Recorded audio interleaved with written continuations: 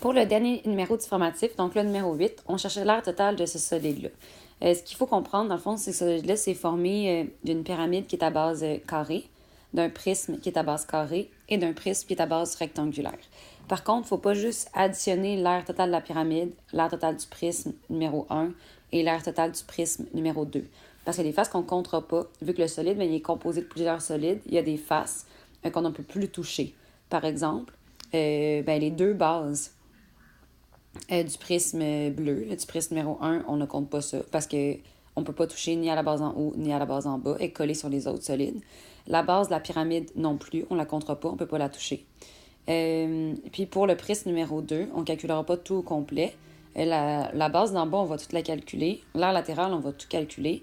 Mais la base d'en haut, dans le fond, on ne calculera pas tout. Il va falloir qu'on enlève la partie rouge parce qu'on ne la compte pas. Donc, faites attention aussi à ça. Il y a des gens qui vont dire, je vais calculer l'aire totale de la pyramide, juste l'aire latérale du prisme, puis l'aire totale du prisme qui est en jaune. Mais tu fais encore une erreur parce que tu es en train de compter la base de la pyramide.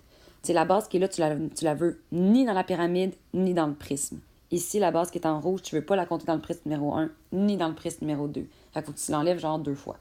Sinon, la formule, dans le fond, que je vais aller utiliser ici, vous pouvez tout faire étape par étape à la place d'une grande formule si vous préférez.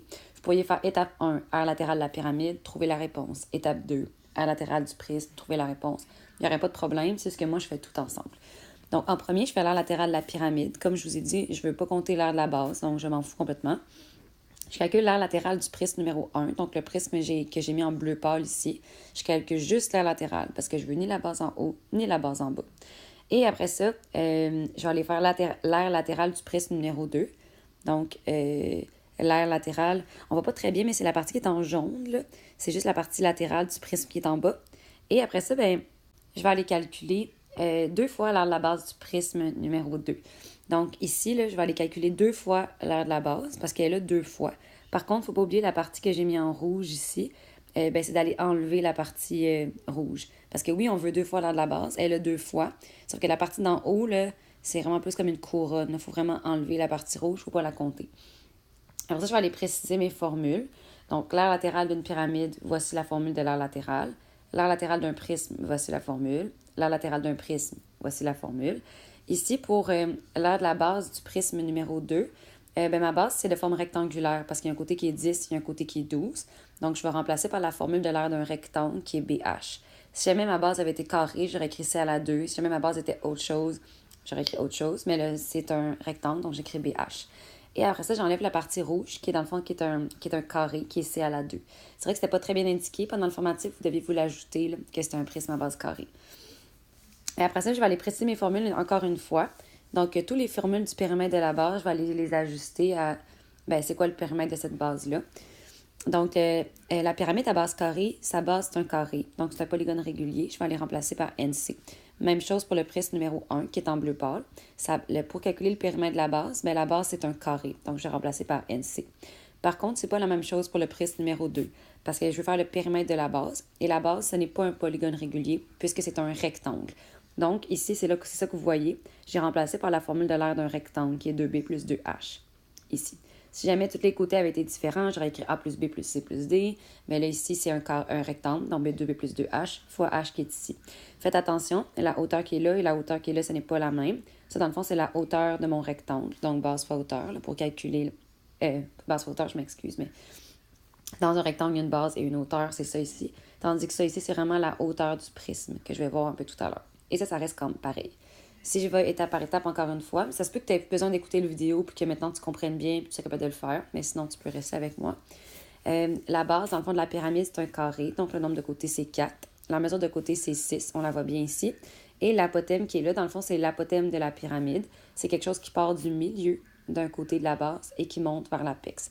Faites attention, dans l'examen, c'est sûr et certain que je vais vous donner plusieurs choix d'apothème et je vais vous demander de choisir le bon. Donc, si je vais rapidement... Ici, il ne faudrait pas choisir ça ici, ce que je viens de tracer, là, même si c'est vraiment laid. Un segment, dans le fond, qui partirait du milieu du polygone et qui monte. Ça, c'est la hauteur de la pyramide, c'est pas l'apothème. Je pourrais aussi te donner une mesure d'arête. Ça ne serait pas bon non plus. Pour choisir l'apothème de la pyramide, c'est vraiment, ça part du milieu du côté et ça monte vers l'apex.